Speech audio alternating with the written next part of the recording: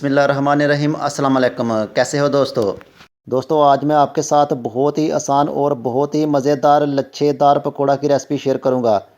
तो शुरू करते हैं। ये मज़ेदार सा लच्छेदार पकोड़ा कैसे बनाया जाता है।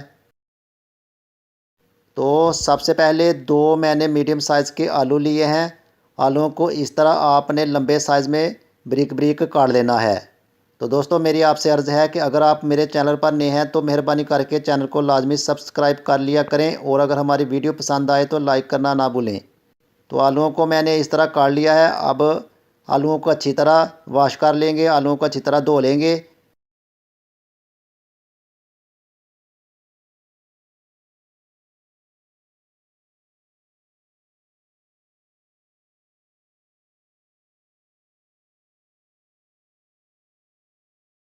आलूओं को मैंने अच्छी तरह वॉश कर लिया है, अच्छी तरह धो लिया है।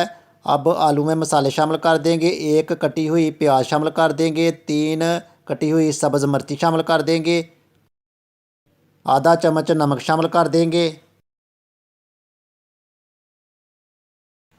आधा चम्मच पिसी हुई लाल मिर्च शामिल कर देंगे,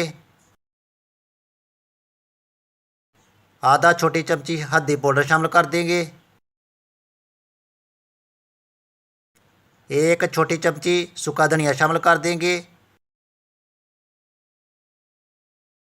आधा छोटी चमची अजवाइन शामिल कर देंगे, एक मैंने कटोरी बेसन ली है, बेसन शामिल कर देंगे। बेसन शामिल करके इन सब मसालों को बेसन में अच्छी तरह मिक्स कर लेंगे।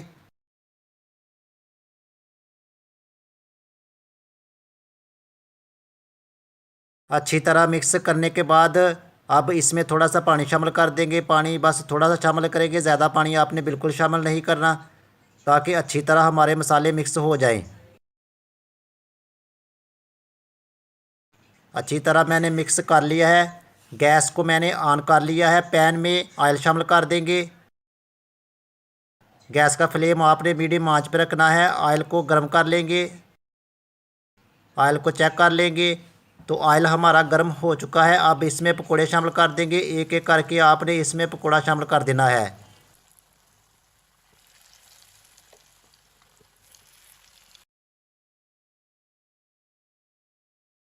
पकोड़े शामिल करने के बाद 2 मिनट तक मीडियम आंच पे पकाएंगे।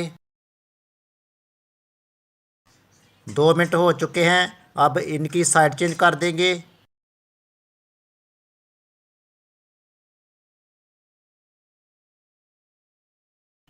साइड चेंज करके फिर दोबारा 2 मिनट के लिए पकने के लिए रख देंगे। तो 2 मिनट हो चुके हैं। अब इन्हें चेक कर लेंगे तो आप देख सकते हैं दोस्तों पकोड़े हमारे पक के तैयार हो चुके हैं। अब पकोड़ों को बाहर निकाल लेंगे और पकोड़ों को प्लेट में डाल लेंगे। तो फाइनली माशाल्लाह दोस्तों आप देख सकते हैं लच्छेदार पकोड़े हमारे बन के तैयार हो चुके हैं। ये बहुत ही मज़े के बने हैं और बनाना बहुत ही आसान है।